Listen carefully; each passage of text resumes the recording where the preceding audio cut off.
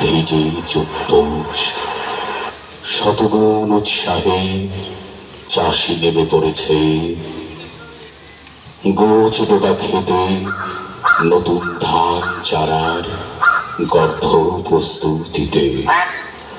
শত সূর্যের দাব শুষে দিনে দিনে শরীর ভরিয়ে তোলে ধানের চারা।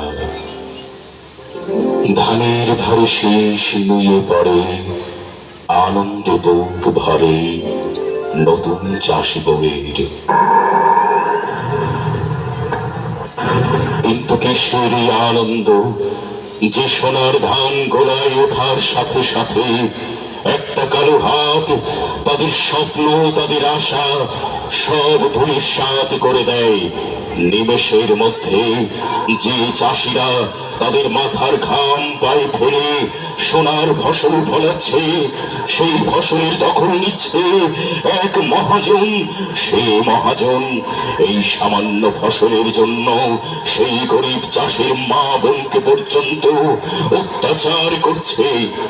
তবে এই অত্যাচারের প্রতিবাদে সেই চাষিরা একদিন হয়ে উঠল সসামান্য। তাদের হাতে ঝলসে উঠল তীর ধনুক, মুখে গর্জে উঠল একটাই ভাষা, পরাণ দিব দিব ভাই, ভিটা মাটি দিব ক্লাই। পরাণ দিব দিব ভাই, ভিটার মাটি দিব ক্লাই, ভিটার মাটি দিব ক্লাই।